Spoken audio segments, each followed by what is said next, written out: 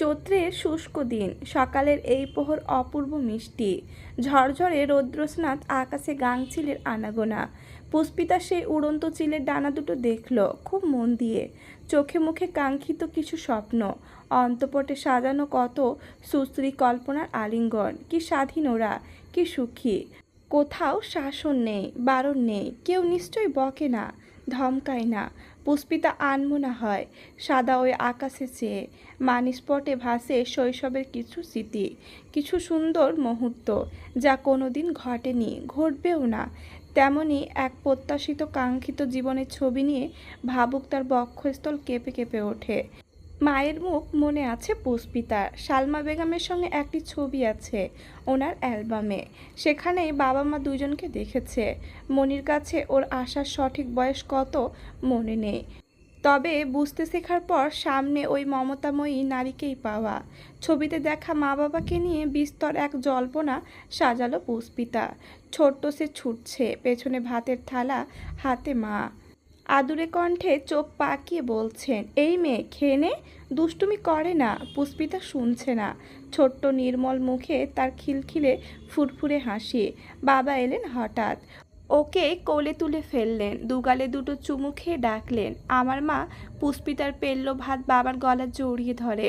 মা খাবার মুখে পুরল সুযোগে। ইস কি সুন্দর এক দৃশ্য। পুষ্পিতার চোখ ভিজে ওঠে। যা হয়নি, হবে না, সেসব ভেবে হৃদয়ের আশপাশে ছেয়ে আসে অমানিসার বান। আচ্ছা, এমন হলে কি ক্ষতি হতো?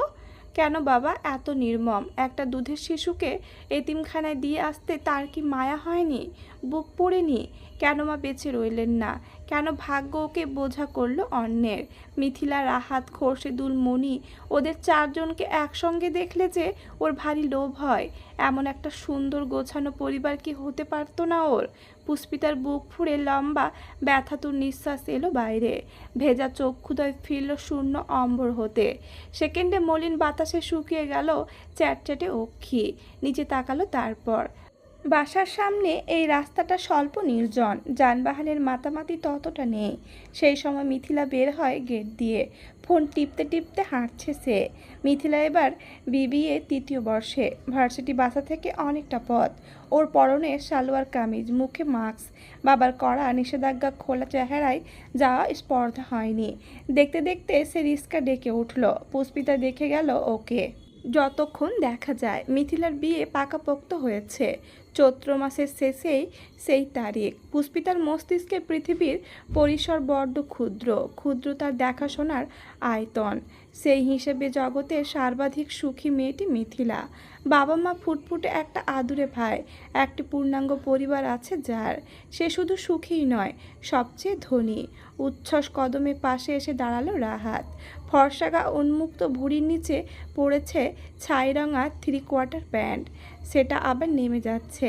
রাহাত টানছে ক্ষণে ক্ষণে। বাম হাতে ফোন। ততক্ষণ বাড়িতে থাকে। ওর জ্বালায় সালমা নিজের ফোন কাছে পান না। সে এসেই ডাক ছুড়ল, এই ছোট আপু। পুষ্পিতা চমকে তাকালো, গোল চোখে চেয়ে পল্লব ঝাপটালো। ভীত কণ্ঠে বলল, কি? তোমাকে না আব্বু বারান্দায় আসতে মানা করেছিল? তাও এসেছো কেন? রাহাতের প্রশ্ন মুরব্বিয়ানা যেন কত বড় সে। পুষ্পিতার ঠোঁট উল্টালো, মাত্র এলাম। আচ্ছা, যাচ্ছি। রাহাত ভীষণ চিন্তিত গলায় বলল, হ্যাঁ হ্যাঁ, তুমি এখানে বেশি এসো না। এলাকায় অনেক বড় বড় ছেলে থাকে। তোমাকে দেখলে যদি নিয়ে যায়, তখন আমি ছোট আপু কোথায় পাবো? পুষ্পিতা থেমে দাঁড়ালো, পরপর হেসে ফেললো কথাটায়। প্রতিবারের মতো ওর নরম গাল টেনে দিয়ে বলল, ওরে পাকা বুড়ো রে। রাহাত হাসলো, বোনের হাত ধরে নিয়ে এলো বসার ঘরে।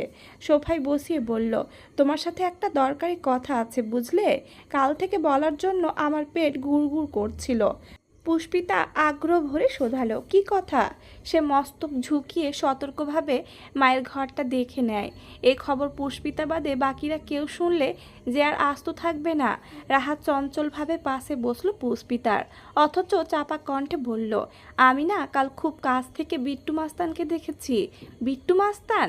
ভীতু পুষ্পিতা নামখানা শুনে শক্ত হয়ে গেল। মনে পড়ল খোরশেদুলের বলা সব বিশ্লেষণ। সামান্য সিনেমা নাটকে মারামারি, খুনাখুনি, রক্ত দেখতে ব্যর্থ মেয়েটা আঁতকে উঠল সবেগে। উদ্বিগ্ন কণ্ঠে বলল, তুমি তুমি কি করে দেখলে? ও তোমাকে কিছু বলেনি তো? আরে না, আমাকে কিছু বলবে কেন? তুমি জানো কাল কি হয়েছে? একটা লোক জোরে বাইক চালিয়ে গেছিল, তার জন্য বিট্টু ভাই তার জামা কাপড় খুলে নিয়েছে, জাঙ্গিয়া পরা অবস্থায় পুরো এলাকায় হাঁটিয়েছে। রাহাত হাসলো, কুটোকুটি হয়ে শরীর ছেড়ে দিল ফ্লোরে। কিন্তু পুষ্পিতার একটুও হাসি পেল না, বরং মায়া হলো সেই বেজ্জত হওয়া লোকের ওপর। বলল, ছি রাহাত, একজনের অসম্মান নিয়ে তুমি হাসছো? অন্যের খারাপ দেখে কি কখনো হাসতে হয়? রাহাত হাসি থামালো সহসা, সচকিতে শোধালো, তুমি রাগ করেছো? পুষ্পিতা মাথা নাড়ল। রাহাত আনন্দ চিত্তে বলতে গেল, তারপর আমি ওই বিট্টু ভাইয়ের পথিমধ্যেই পুষ্পিতা আটকে দেয়। ভাই? গুন্ডা আবার ভাই হলো কবে? হ্যাঁ ওই, থাক থাক ভাইয়া, আর শুনবো না। এরকম মানুষ এমনিতেই আমার পছন্দ নয়। যারা মানুষকে কষ্ট দেয় তারা বাজে লোক। তুমি কিন্তু বেশি ধারে কাছে যাবে না ওদের, কেমন? রাহাতের স্ফূর্ত মুখবিবর মিইয়ে গেল। কোনো রকম মাথা ঝালকালেও মহা চিন্তায় পড়ল সে। এতটুকু শুনেই পুষ্পিতার প্রতিক্রিয়া ওকে ধাক্কা দিয়ে ছুঁড়ে ফেলল ভাবনায়। তাহলে সে যে সকাল বিকেল দুবেলা তীব্রর কাছে গিয়ে গল্প করার কথা ভাবছিল, সেটা শুনলে কি করবে আপু? গতকাল বিকেলেও করিম শাহের দোকানে গেছিল রাহাত। তীব্রতাকে আইসক্রিম খাইয়েছে, হেসে হেসে কথা বলেছে। একদিন এসে বেনেছে তীব্রর বিরাট ফ্যান, মনে মনে তাকে ওস্তাদও বানিয়েছে নিজের। কিন্তু এখন কি হবে? না, এই নিয়ে আর কিচ্ছুটি শেয়ার করা যাবে না। আপু তো লক্ষ্মী মেয়ে, তাই এসব পছন্দ করবে না, স্বাভাবিক। কিন্তু তীব্রকে ওর যা মনে ধরেছে, তার সাথে একবেলা কথা না বললে চলবে না যে। আপু জানলে দেখা গেল শেষে আর মারপিটও শেখা হবে না। এইভাবেই বন্ধুদের মারধর খেয়ে খেয়ে বড় হতে হবে। কলিং বেল বাজলো তখন। পুষ্পিতা উঠে গিয়ে দরজা খুলল। ও পাশের নারীটিকে দেখে সালাম দিল প্রথমে। মৃদু হেসে বলল, আসুন আন্টি। রেহেনা খাতুন রাহাতদের আগের বাসার পাশের ফ্ল্যাটে থাকেন। পুষ্পিতাকে দেখে দীর্ঘ হাসলেন। কেমন আছো? ভালো, আপনি? তিনি ভেতরে ঢুকতে ঢুকতে জানালেন, ভালো। তোমার খালা কোথায়? আপনি বসুন, আমি ডেকে দিচ্ছি। রাহাত আর বসলো না, প্যান্ট টেনে হেলে দুলে কামরায় চলল। সালমা বেগমের সেলাই মেশিনের খটখট শব্দটা থামলো। কক্ষ ছেড়ে বেরিয়ে এলেন বাইরে। ভদ্রমহিলাকে দেখেই বললেন, আরে ভাবি যে, কি খবর? খবর তো আপাতত ভালো ভাই। এত ভেতরের দিকে বাসা নিয়েছেন, খুঁজেই পাচ্ছিলাম না। যে ঠিকানা দিয়েছিলেন রিস্কাওয়ালাও চিনছিল না। কি মুসিবত বলুন তো? হ্যাঁ, আপনার ভাইয়ের অফিসটা কাছে তো এখান থেকে, তাই আর কি। সে আপনাদের সুবিধা হলেই হচ্ছে। আচ্ছা যাকগে, আমার ব্লাউজ দুটো হলো ভাবি? একটা করেছি ভাবি, আর একটা বাকি। রেহেনা খাতুন চটে গেলেন এবার, এখনও একটা বাকি? সেই কবে বানাতে দিয়েছিলাম। আপনার তো কাল দেওয়ার কথা ছিল। এখন আমি আমার ভাইজির বিয়েতে কি পরবো? আসলে হুট করে বাসা পাল্টালাম, আবার কাল মিথিলাকে দেখে গেল। কাজের চাপে মেশিনে বসতে পারিনি। আমাকে আজকে রাতটা দিন, কাল দুপুরের আগেই পাবেন। এটা তো কোনো ভদ্র মানুষের কথা হলো না। আপনি আজ দেব কাল দেব করে করে আমাকে অনেক ঘোরাচ্ছেন। দুটো ব্লাউজ বানাতে এতদিন লাগে? মজুরি কি 1 টাকা কম দিই আমি? নির্ঘাত আমারটা রেখে অন্যদের আগে বানাচ্ছিলেন। না হলে ওই বাসায় বসে বানাতে দিয়েছিলাম, আর এই বাসায় এসে নিতে হচ্ছে। আবার কাল আসবো। বলি, এত রিক্সা ভাড়া কি আপনি দেবেন? রাগে দাঁড়িয়ে গিয়েছেন রেহেনা। সালমা বেগম শান্ত করতে বললেন, রাগ করবেন না ভাবি, আমি কাল সকালেই পাঠিয়ে দেব। কাল সকাল না ভাই, গায়ে হলুদ দুপুরে। আপনি আজ সন্ধ্যার মধ্যেই বানিয়ে দেবেন। সন্ধ্যার মধ্যেই? হ্যাঁ, পাশের এলাকায় আমার মেয়ের বাসা, এখন সেখানে যাচ্ছি। এসে যেন দেখি হয়ে গেছে। নেহাত ভালো বানান, না হলে যাদের কথা কার্যের ঠিক নেই তাদের কাছে রেহেনা খাতুন ঘেঁষে না, বুঝলেন? বসবে। রেহেনা খাতুন কথা শোনার প্রয়োজন বোধ করেননি, বেরিয়ে গেলেন তেজি পায়ে। সালমা খাতুন দীর্ঘ শ্বাস ফেললেন, শুকনো মুখে বসলেন চেয়ারে। হাতে এক কাজ, সন্ধ্যার মধ্যে পারবেন করে দিতে? না দিলে তো আবার কথা শুনবেন। অবশ্যই উনি কমই শুনিয়েছেন, এর থেকেও আরও কত কি শোনায় অনেকে। তাদের পারিবারিক অবস্থা সচ্ছল, খোরশেদুল মোটা মাইনে পান, যা দিয়ে সব আরামসে চলে। এসব জামা কাপড় সেলাইয়ের কাজ দরকার ছিল না, শুধুমাত্র পুষ্পিতাটার জন্য। খোরশেদুলের চোখে মেয়েটা বোঝা, ঘরের বাড়তি লোক। শুরু থেকেই তার সাপ সাপ বাক্য ছিল, বাড়িতে কুকুর পুষলেও মানুষ খেতে দেয়, তাই ওকে খাওয়াবো। কিন্তু এর বেশি ওর পেছনে কোনো খরচ করতে আমি পারবো না। পড়াশোনা তো হবেই না। অন্যের মেয়েকে শিক্ষিত করে আমার কি লাভ? এত নষ্ট করার মতো টাকা আমার নেই। সালমা বেগম সেদিন যোগ্য জবাব দিতে পারেননি। কেবল বিমূঢ় আহত চোখে চেয়েছিলেন স্বামীর দিকে। শেষে বলেছিলেন, ওর সব খরচ আমার, তুমি শুধু মেয়েটাকে থাকতে দিও, তাহলেই হবে। কিশোরী বয়সে দুই বোন একসাথে টেলার্সের কাজ শিখেছিলেন। মায়ের নিতান্তই শখের বশে শিখিয়েছিলেন মেয়েদের। সেদিন পুষ্পিতার জন্য এইটুকুই কাজে দিল। এই নিয়েও খোরশেদুলের ছিল চরম আপত্তি। তার মতো মন্ত্রণালয়ে কর্মরত একজন লোকের স্ত্রী আশেপাশে মানুষের জামা সেলাই করবে, কিন্তু যুক্তিতর্কে পেরে উঠলেন না সেবার। সেই থেকে সালমা বেগম পুষ্পিতার পড়ার খরচটুকু এই দিয়ে চালাচ্ছেন। কিন্তু এই যোগান যে আহামরি হচ্ছে না। শহরের স্কুল কলেজে পড়ার মতো সচ্ছলতায় কুলোচ্ছে না। এই জন্য মিথিলা রাহাতের মতো ভালো উন্নত স্কুল চোখে দেখেনি মেয়েটা। ওদের মতো কোচিং টিচার কিছুই পাননি। সালমার ভেতরটা এই নিয়ে আক্ষেপে ফেটে যায়। মেয়েটা যখন শক্ত অঙ্ক কষতে গিয়ে হিমশিম খেত, ছুটে এসে জিজ্ঞেস করত, মনি এটা কিভাবে করব? বুকটা ছিঁড়ে যেত তার। তার ওপর দুই বাবা মেয়ের নীরব অত্যাচার তো আছেই। মিথিলা ওকে নিজের চেয়ারে টেনে বসতে দেয় না, শব্দ করে পড়তে পারে না। তারা বিরক্ত হয়। পুষ্পিতা পড়তে বসলেই চলে হাজারটা কাজের হুকুম। সালমা বেগম তর্ক করতে করতে হাঁপিয়ে যান। আর কত বোঝাবেন? যাদের বিবেক থেকেও নেই তাদের বোঝানো সম্ভব? পুষ্পিতা এতটুকু সময়ে নিরিবিলি পড়তে পারে, যেটুকু সময় বাবা মেয়ে ঘরে থাকে না। তাই যা পারে, যা রেজাল্ট করে সব নিজের চেষ্টায়। সালমা বেগমের ধ্যানের সুতো ছিঁড়ল একজোড়া কোমল হাতের স্পর্শে। পুষ্পিতা মেঝেতে বসে হাঁটু আঁকড়ে ধরেছে ওনার, মাথাটা গুজে দিয়েছে কোলে। নাক টানার আওয়াজ পেতে সালমা উদ্বেগ নিয়ে ওর মুখ তুললেন। কাঁদছিস কেন? পুষ্পিতার দীঘল আঁখি টলমলে। ভেজা গলায় বলল, আমার জন্য সবাই তোমায় কথা শোনায় মনি। কে বলল তোর জন্য শোনায়? আমি জানি তুমি আমার জন্য এত কিছু করছো। মনি, আমার সামনে কেউ তোমাকে কিছু বললে আমার যে খুব কষ্ট হয়, রাগ হয় নিজের প্রতি। তুমি এসব ছেড়ে দাও মনি, দরকার নেই আমার পড়াশোনার। আর পড়ব না আমি। সালমা ক্ষেপে বললেন, এক চড় মারব। এইসব কি কথা? তুই পড়াশোনা ছাড়বি বলেই এমন খাটছি এত বছর। পুষ্পিতার অশ্রু কপল ছুল। কিন্তু সবাই যে তোমায় কথা শোনায়। খালু জানো তো কত কি বলে। এত অশান্তি কেন সইবে আমার জন্য? বলুক, এসব আমার গায়ে লাগে না। তুই আমার পেটের মেয়ে হলে কি ওদের জন্য এসব থামিয়ে দিতাম? তাহলে এখন কেন থামাবো? যে যা পারে বলে যাক আমায়, শুধু তুই নিজের জায়গায় স্থির থাকিস পুষ্পিতা। মনে রাখবি, তোর জীবন বাকি 5 জনের মতো সুগম নয়। এত সহজে যদি হার মানবি, তাহলে তুই কেমন যুদ্ধ করলি এতদিন? আমি যে চাই তুই অনেক পড়াশোনা করবি, নিজের পায়ে দাঁড়াবি, নিজের পরিচয় বানাবি। কেউ তোকে বোঝা বলবে না, খারাপ কথা বলে কষ্ট দেবে না। সেসবের জন্য যা সহ্য করার আমি করব। খবরদার আর পড়া ছাড়ার কথা বলবি না, মনে থাকবে? পুষ্পিতা ঠোঁট চেপে দৃষ্টি নামালো। সালমা গাল মুছিয়ে বললেন, বোকা মেয়ে, কাঁদলে কি সব কিছুর সমাধান হয়? বর্তমান পৃথিবীতে তোর মতো নরমদের কোনো দাম নেই রে মা। শক্ত হতে শেখ। আচ্ছা, কাজ ঠিকঠাক না হলে সবাই তো কথা শোনাবেই। তুই যদি স্কুলে পড়া না পারিস, স্যার বকবেন না? পুষ্পিতা আস্তে মাথা দোলালো। এই যে তোর খালু যান, অফিসে যান, সেখানে 19-20 করলে বস বকে না? তাহলে এগুলো ধরতে নেই। আর তোকে এসব ভাবতেও হবে না।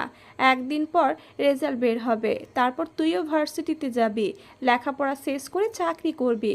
যারা তোকে আশ্রিতা বলে খোঁচা দেয় তাদের দেখিয়ে দিবি, পারবি না? পুষ্পিতা ওনার হাত দুটো মুঠোয় নিয়ে বলল, তুমি পাশে থাকলে সব পারবো। সালমা বেগম মুচকি হাসলেন, মাথায় হাত বুলিয়ে টেনে নিলেন বক্ষে। আমি সব সময় তোর সাথে আছি।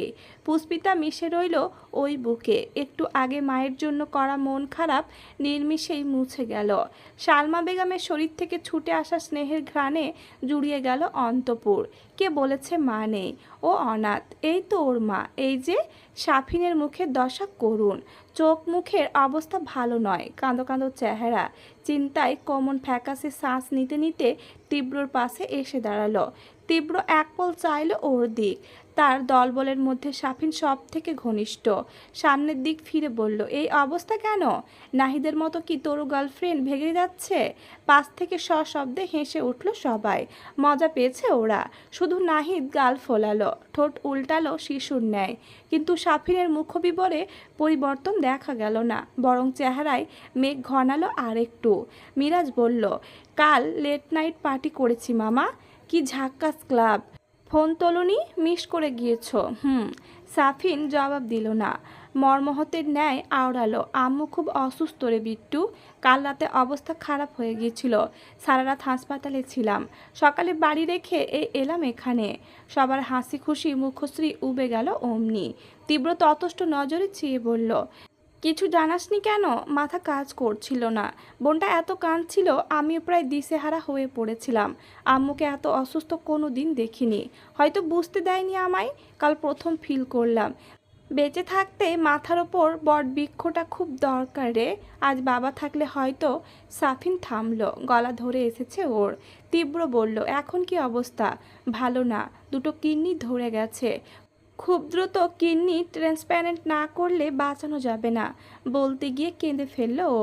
আরমান বলল, তাহলে ব্যবস্থা কর, দেরি করছিস কেন? অনেক টাকার ব্যাপার, দেশে হবে না। ইন্ডিয়ার অ্যাপেলো সাজেস্ট করেছে ওনারা। আর ওটা যে কেমন ডাকাতে হাসপাতাল জানিসই তো, লাখ পাঁচেক ছাড়া নড়তে পারবো না। আর এই মুহূর্তে 5 লাখ আমার কাছে অনেক কিছু। মিরাজ উৎকণ্ঠিত হয়ে বলল, এখন তাহলে উপায়? সাফিন হতাশ কণ্ঠে বলল, জানি না রে, বাইকটা বেচে দেবো ভাবছি। ওটা দিয়ে যা পাবো আপাতত চলবে। থামলো, শ্বাস টানার আগেই তীব্র ঠাঁস করে একটা চড় বসালো ওর গালে। সাফিন চমকে গেছে, ভ্যাবাচাকা খেয়ে গাল ধরে বলল, কি করলাম? তীব্র নিশ্চুপ, ঘাড় বাঁকালো মিরাজের দিকে। এই মাসে চাঁদা তুলেছি?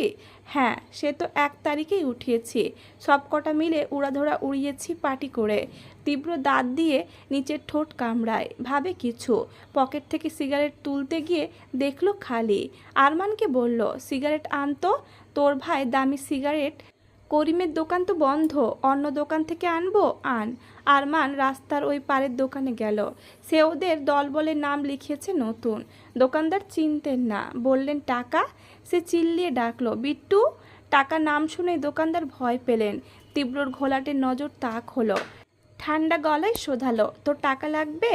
লোকটি শশব্যস্ত বললে, না না ভাই, আপনার লোক বুঝিনি, লাগবে না টাকা। আরমান ঠোঁট চেপে হাসলো। রাস্তা ডিঙিয়ে ফিরে এলো। আস্ত প্যাকেট ছিঁড়ে সিগারেটের তামাটে মাথা ধরালো নিচ থেকে, বাড়িয়ে দিল তীব্র দিক। সাফিন গালে হাত দিয়ে দাঁড়িয়ে তখনও বোকা বোকা চোখ ফ্যাল ফ্যাল করছে। চর কেন খেয়েছে বুঝতে পারছে না। এত খারাপ কিছু বলেনি, একটুখানি কষ্টের কথা শেয়ার করাতে মারল কেন বিট্টু? সাদাটের ধোঁয়ার কবলে তীব্র নাক মুখ ঢেকে যায়। সুতনু বখাটের ঠোঁটে জলজলে সিগারের সৌন্দর্য ফোটায় দ্বিগুণ। ফোন বাজলো তখন, রিংটনের কড়া শব্দ ভেসে এলো। জিপের সিট থেকে ফোন এনে এগিয়ে দেয় মুশফিক। তীব্র স্ক্রিনে চাইলো, ধরলো। কোথায় তুমি? যেখানে থাকার কথা। ব্যাকা উত্তরে জামশেদ নাক ফোলালেন। একটু থেমে শান্ত কণ্ঠে বললেন, এখনই একবার আমার অফিসে আসতে পারবে? কথা ছিল। আসছি। লাইন কাট করলো তীব্র। উৎসুক দলের দিক চেয়ে জানালো, মন্ত্রীমশাই দাওয়াত দিয়েছেন অফিসে। মিরাজ বলল, আমিও যাই? আয়। মিরাজ জিপের দরজা খুলে ভদ্রের ন্যায় বসলো, অথচ স্ট্যান্ড ধরে লাফ দিয়ে ভেতরে ঢুকলো তীব্র। এই সময়টাই তাকে মনে হলো কাদম্বিনীর কোল ঘেঁষে ছুটে চলা দাপুটে এক বাজ পাখি। জামশেদ তালুকদারের কেবিনের সামনে আসতেই গার্ড এসে সামনে দাঁড়ালেন। বাধা পেয়ে থামলো ওরা। তীব্র ভুরু বাঁকালো। গার্ড নম্র গলায় বললেন, স্যার, কেবিনে যেতে হলে আগে বড় স্যারের অনুমতি নিতে হবে। তীব্র নিরুৎসাহিত, তোর স্যার আমায় ডেকেছে, আমি এসেছি। এখন অনুমতি নেব কি নেব না সেটাও আমি বুঝবো। কিন্তু স্যার। কথা সম্পূর্ণ হলো না। তীব্র উচ্ছিষ্টের ন্যায় লোকটির বুকে এক হাত দিয়ে ধাক্কা মারল। তিনি পিছিয়ে গেলেন 2 কদম। তীব্রের চোখ মুখ দেখে ফের কিছু বলার সাহস হলো না। জামশেদের বড়সড় কেবিন, 2 দেওয়ালে 2টো এসি ঝুলছে। পেছনে ঝুলছে দেশের প্রধানমন্ত্রী আর তার পিতার ছবি। টেবিলে রাখা নেমপ্লেটে লেখা স্বরাষ্ট্রমন্ত্রী জামশেদ তালুকদার।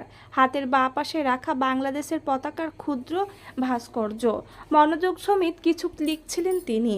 এর মধ্যে দরজায় এলো তীব্র। 2 আঙুল দিয়ে টোকা দিল কাছে। জামশেদ মুখ তুললেন। ছেলেকে দেখে চেহারা বদলালো না। টোকা শুনেই বুঝেছেন এটা কে। আজ অবধি যতবার তীব্রের আগমন হয়েছে ভদ্রভাবে হয়নি। ন্যূনতম সভ্যতা ছেলেটা শেখেনি। তিনি লেখা বন্ধ করলেন। কণ্ঠ গম্ভীর, এসো। তীব্র ঢুকলো। সোজা টেবিলের কাছে এসে বলল, অফিসের লোকদের একটু ভদ্রতা শেখাবেন। কার সাথে কি বলতে হয় জানে না। এখানে আমার অসম্মান হলে আমি কিন্তু অনুরোধ করে মরলেও আসবো না। জামশেদ জবাব দিলেন না। আশ্চর্য হলেন ভেতর ভেতর। যার নিজের মধ্যে ভদ্রতার ছিটে ফোটা নেই সে আবার অন্যকে নিয়ে কথা বলে। পেছনে মিরাজকে দেখে ভুরু কোঁচকালেন। শোধালেন, ওকে? মিরাজ গুটিয়ে এলো। এমনিতে ওর ভয় লাগছে এখানে আসা থেকে।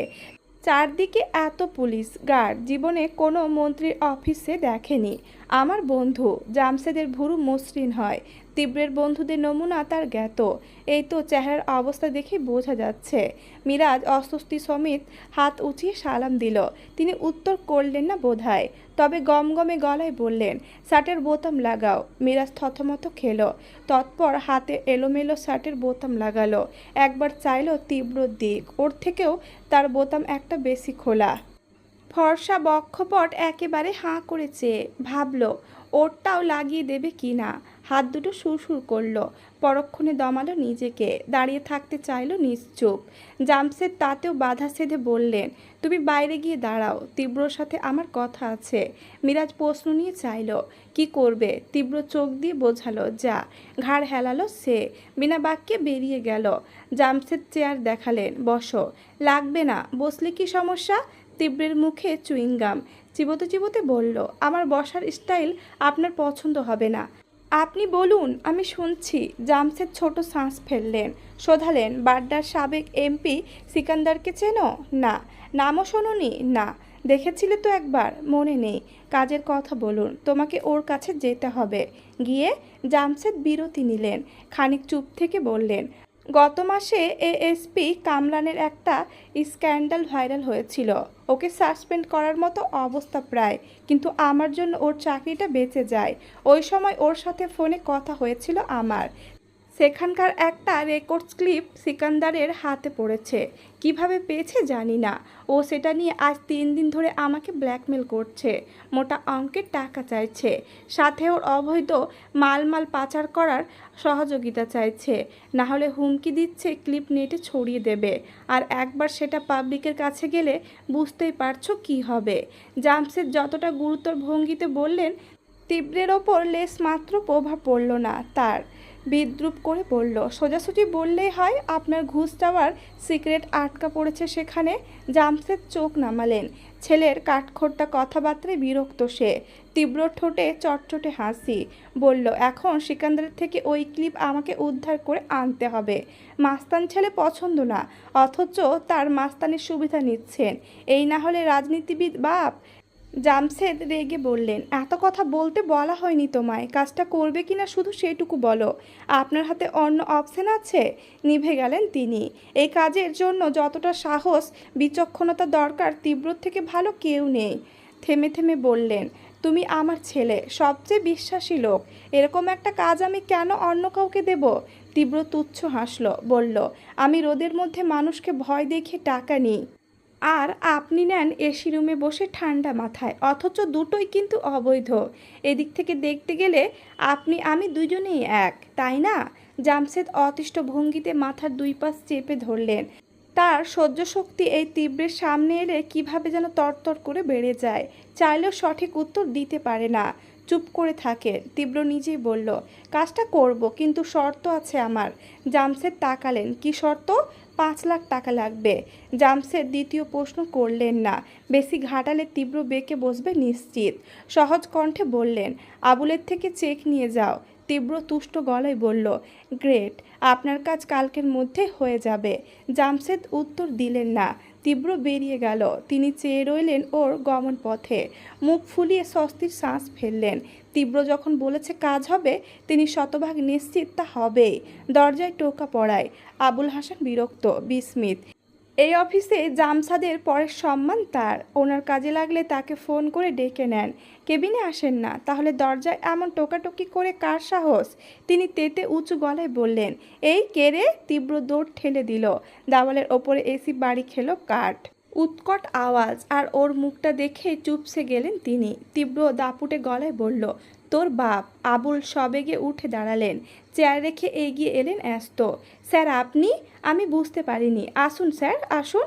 কি সৌভাগ্য আপনি আমার কেবিনে। তীব্র ভেতরে ঢুকলো, সাথে মিরাজ। তার চোখ অফিসের কোনাকানিতে, চোখ জুড়ে বিস্ময় আর মুগ্ধতা। আবুল স্বীয় চেয়ার হাত দিয়ে মুছে তীব্রর দিকে এগিয়ে দিলেন। বসুন স্যার। বসলো তীব্র। পায়ের ওপর পা তুলে এক হাত ছড়ালো হাতলে। চোখ ছোট করে বলল, তোর অতি ভক্তি দেখলেই আমার হাত চুলকায়। ইচ্ছে করে তোর ভোঁতা নাকটা এক ঘুষিতে ফাটিয়ে দিই। মিরাজ ঠোঁট চেপে হাসি আটকাতে চাইল, অথচ গহর ফুঁড়ে ফিক ফিক শব্দে বেরিয়ে এলো তা। আবুল হতভম্ব হয়ে বললেন, আমি কি করেছি স্যার? তীব্র চসূচক শব্দ করল। সেটাই তো সমস্যা, কিছু করছিস না। আচ্ছা ওসব বাদ দে, ফটাফট একটা 5 লাখের চেক দে। আবুল হাসান ভুরু কপালে তুলে বললেন, এত টাকা? হঠাৎ এত টাকা কেন স্যার? তীব্র উষ্ণ আর চোখে চাইল। তিনি ঘাবড়ে বললেন, দিচ্ছি। মুখ কালো করে চেক আনলেন তিনি। তীব্রর দিক বাড়িয়ে দিলেন বিনয়ে। সে হাতে নিয়ে উঠে দাঁড়ালো। একবার দেখলো টাকার অঙ্ক, তাকালো আবুলের দিক। আচমকা বিক্ষিপ্ত এক দামনীয় থাপ্পড় সপাটে বসালো ওনার গালে। শক্তপোক্ত চড়ে আবুল ছিটকে গিয়ে পড়লেন পাশের চেয়ারের ওপর। বাম চোখের চশমায় গ্লাসটা ভেঙে খসে পড়ল ফ্লোরে। প্রচণ্ড হকচকিয়ে চাইলেন, ভয়ার্ত গলায় বললেন, টাকা তো ঠিকঠাকই দিলাম স্যার। তীব্র সেই চেয়ারের ওপর পা তুলে দেয়, ঝুঁকে যায় হাঁটুর ওপর। অলস ভঙ্গিতে জানায়, টাকার জন্য নয়, মাঠটা তোর সাহসের পুরস্কার। তীব্র রেজা তালুকদারকে প্রশ্ন করলি, উপহার নিবি না? আবুল হাসান ঢোক গিললেন, কোনো মতে সোজা হলেন। কণ্ঠ নরম করে আবেগ ছড়িয়ে বললেন, আমি তো আপনার বাবার বয়সী। তীব্র বক্র হাসল। মিরাজের দিক চেয়ে দেখলো সেও হাসছে। তারপর ফিরে বলল, দাদার বয়সী লোককে ফেটানোর রেকর্ড আছে আমার। ডেমো দেখবি? আবুল হাসান শঙ্কিত চেহারায় মাথা নাড়ালেন দুই পাশে। তীব্র ওনার গাল চাপড়ে বলল, ভয় পাস না, আজ আর মারবো না। তুই আমার বাবার পোষা বিলাই, ম্যাও ম্যাও করবি, লেজ নাড়বি, ব্যাস।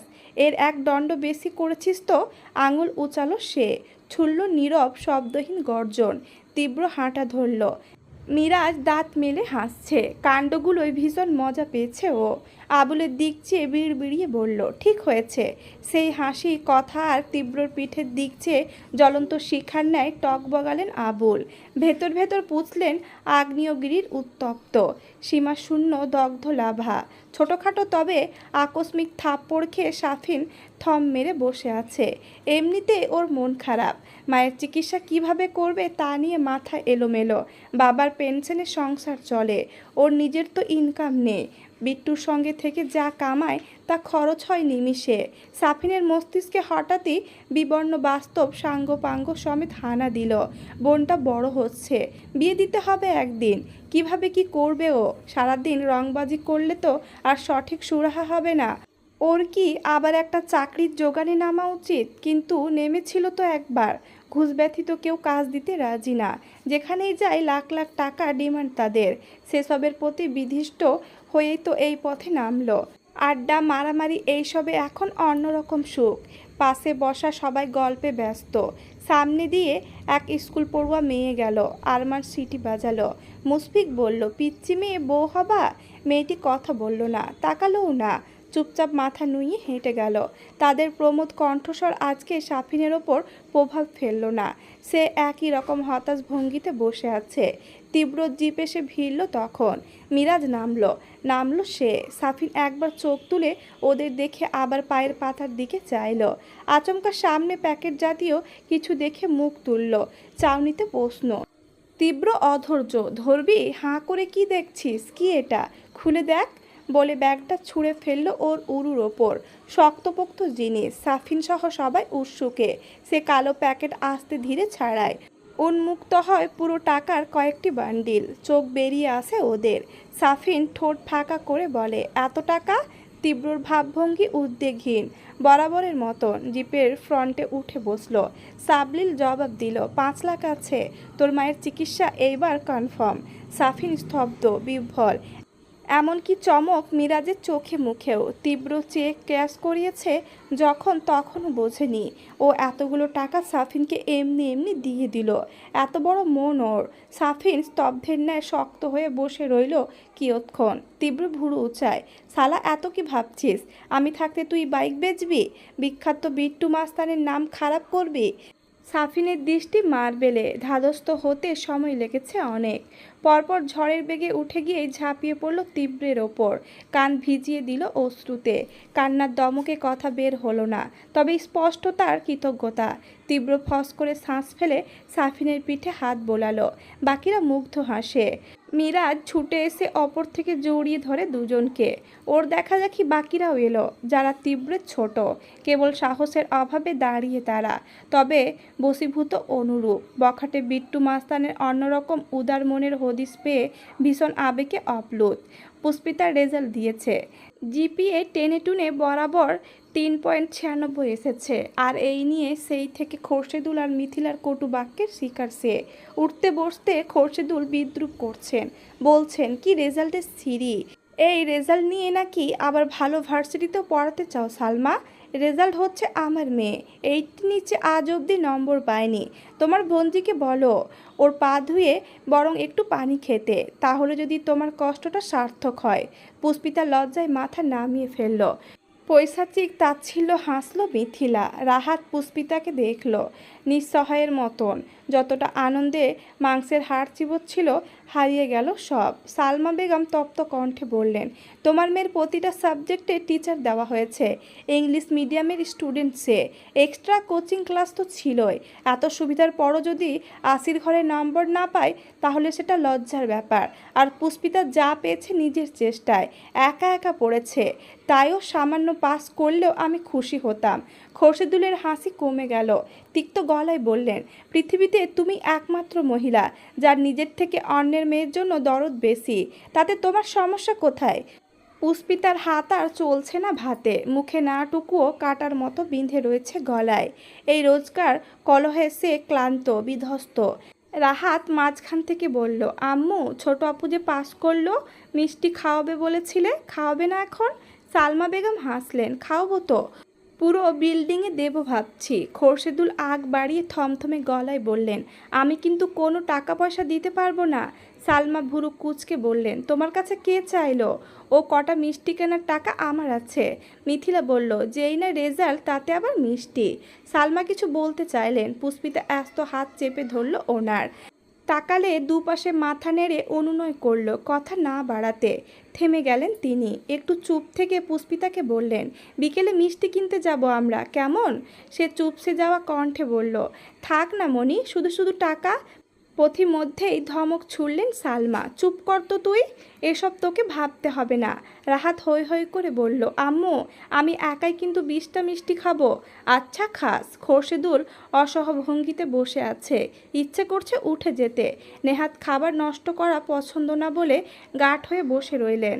বিড়বিড় করলেন আদিক্ষেতা। মিথিলারও একই অবস্থা, কিন্তু তার রাগ কম।